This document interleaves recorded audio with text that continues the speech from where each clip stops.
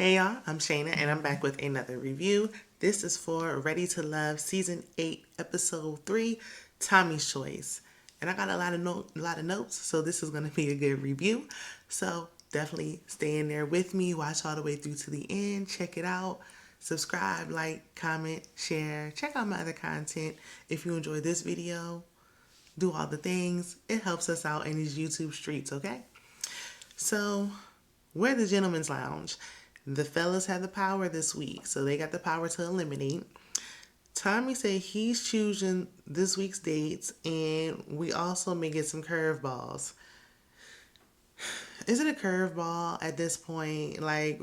This is really season 9 if we factor in the resort season. Y'all know I love to do so. For 9 seasons, we've been, the curveball, probably 8, maybe 7 of them, we've been having the same curveballs. 2 new people come in a couple days late. Why we still acting like this is some strange curveball, I don't know. But anyway, we see Marvin, he has a date with Tequila, and they're surprised they're going on a date together, and so am I. Her shirt remind me, you know when people be like wrapped up in black plastic trash bags at the gym, trying to get their extra sweat on. That's what it looked like she was doing. But I mean, her shirt was distracting, but whatever. So Tequila, she was like, she's having fun. Why didn't you leave when Habibi left? She's talking about, I'm a mature woman. What that got to do? You said if he leaves, you leaving. You ain't leave. So don't even be saying stuff like that if you don't mean it. But anyway, they were having fun playing games, and then they had good flowing conversations, talking about their favorite food and all that. But it's really giving like friendship, and friendship only, not lovers and friends. So Chris has a date with Tommy's wild card. I don't know if he's really short or she's really tall, but he looked kind of small in that scene when they hugged. Her name is Katarina, 33, and she's an RN. She got 3 degrees, okay? And she was born in New Jersey but raised in Mississippi. He was born in Dallas but raised in Africa. And she said her dad is African, her mom is Haitian. So they got, some things in common. Her deal breakers, they are, one of them are someone who doesn't have a passion for life. Like, she's just like, oh, I want to go and travel. And they just like, whatever. Don't care, nonchalant. And, oof, that sounds like my ex-child. Not fun, didn't want to do nothing. Just, that is no way to live, honey. I feel her on that. But, they also have a lot in common. But once again, it's given friendly. Not for him, no. He was, like, smitten. But for her, it was given friendship. So, Janelle has a date with a newbie, the new guy on the scene. And Janelle absolutely looks like Shawnee O'Neal. I meant to say that last week, and JB said it in his review, which reminded me that, yes, she definitely favors Shawnee O'Neal. So we have Christopher, 33. He's a security guard, company owner. He owns it with his family.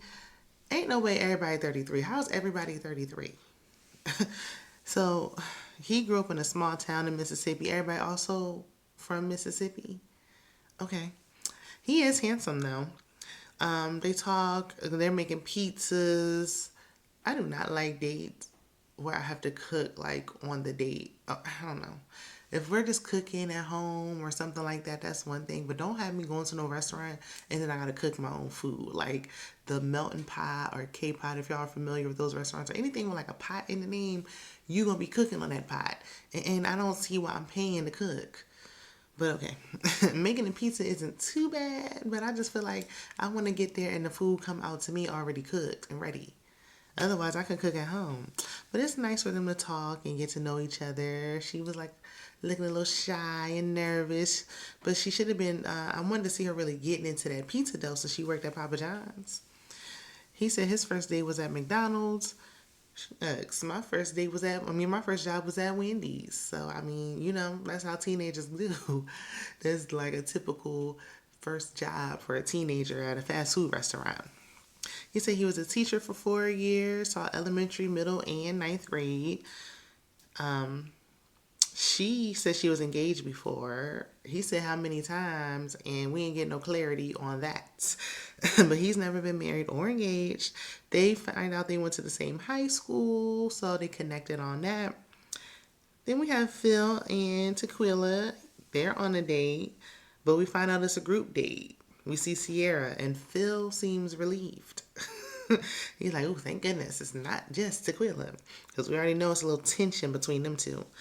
Sierra says she wants a lot of kids. She needs her eggs cracked, scrambled by the time she hit the parking lot. She said, I'm 33. I'm running out of time to have all these children.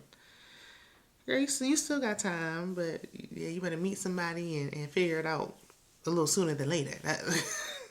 But she still got time. She fine. You know, they be saying, y'all say y'all want all these kids. Have one first. Then come back and tell us if you still want all these kids. Have one. In today's climate and economy and everything else. And then let us know. She said she wants as many as she can afford. So honey, they expensive now. So he said that he won't put, he was like, I think Sequila was like, well, what's the lowest you'll go, like as far as age ranges? He said 30, but even that's kind of pushing it because there's a generational difference. He said he doesn't post a significant other on social media. I don't know if it's because like it wasn't extremely serious, or it's like a non-negotiable, like I'm not going to post you ever type of thing. I think Tequila took it and ran with it. She's like, oh, you wouldn't post your family? I don't know. If he would have said, even if we're serious, I don't care if we married, I ain't posting you, then yeah, that's the problem. If we're just casually dating, I'm not posting you. So I don't care if you don't post me. But once we get serious, then I'm leaning more with Tequila. What do y'all think about that? If we're serious, time has passed, we locked in, we engaged, got children. I mean, at some point, it goes from privacy to flat out secrecy. And I agree with her point where you can be private, but not keep your partner a secret. There's definitely a difference. However, she calls him emotionally immature, and I don't agree with that. I think it's a preference. Find somebody who wants the same things you do, and that's it. He's being honest with you. You don't like it, move on. So they're having fun until Tequila decides to mention that Phil's holding a grudge, which he didn't seem like he was holding no grudges to me. And he was just like, here she go again. Like, I don't have no connection with her because we can't even enjoy the moment. In this moment, I'm like, she definitely going home. So Red, Herbert, Aries, Lee, and Unique have a group date. I see a football field, so Red and football seem to keep going together. Christopher, the wild card, arrives. I don't know, is it just me? Like, Phil and Herbert kind of favor, at least in my opinion. But anywho, Christopher said he's 34, so either he's 33 or 34. I don't know which one. But I wonder if they're having him say his full name, Christopher, because normally you see me to Christopher, they go by Chris. But I wonder if it's because we already have a Chris, so they making him say Christopher. Unique and Christopher have a one-on-one, and Unique says she was married before, and she ain't tolerating no BS at this point. Like, you can't get over on sis. Herbert and Lee talk, and Herbert and Phil, so they kind of favor. I wrote that down. Red tells Aries that she's attractive. And he was like, yeah, I want to get your number. I think you're attractive. You look good. You think I look good? And she was like, don't put nobody else on the spot, Red. I don't know who been telling him. I'm gonna leave it there. Don't put nobody else on the spot to make it all uncomfortable. I was glad she didn't just lie. You might have got her number, but now you pushing it now. But don't let Unique hear. I'm glad he ain't asked her. Red, he get his feelings hurt a little quick, so don't be asking these questions. Unique tells anyone who will listen about her previous relationship trauma, girl, don't give them too much too soon. Stop telling please don't tell them no more about this. They will use it against you. Don't do it. I don't know. I just feel like if she keep on talking about this, they're going to say she's unhealed. And that's what happened later. Marier, Kira, Marvin and Phil are on a group date. And Kira's wondering, where are other ladies at? Why am I alone? Now, if it was just her and no cameras was around, I'd be like, yeah, I get it for safety. Honey, you on the show, all this camera crew, y'all in public. This your time to shine. Who cares about where the other women at? Focus on you. So Jessica and Katerina, aka Kat, the new girl, arrives. The OG ladies looking a little catty. They're like, "Oh, hey, girl. Y'all know they do this every season." Well, see, that's the problem.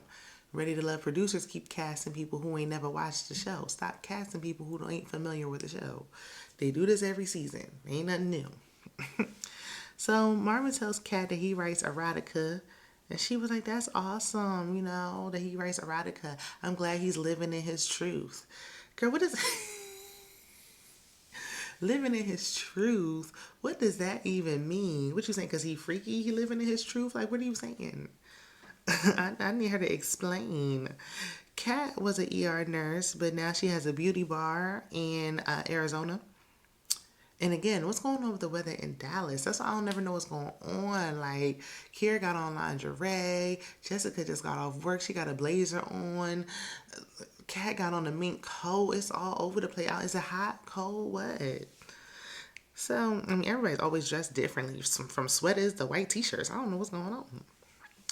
But Jess and Marielle have alone time. She asks about his last relationship.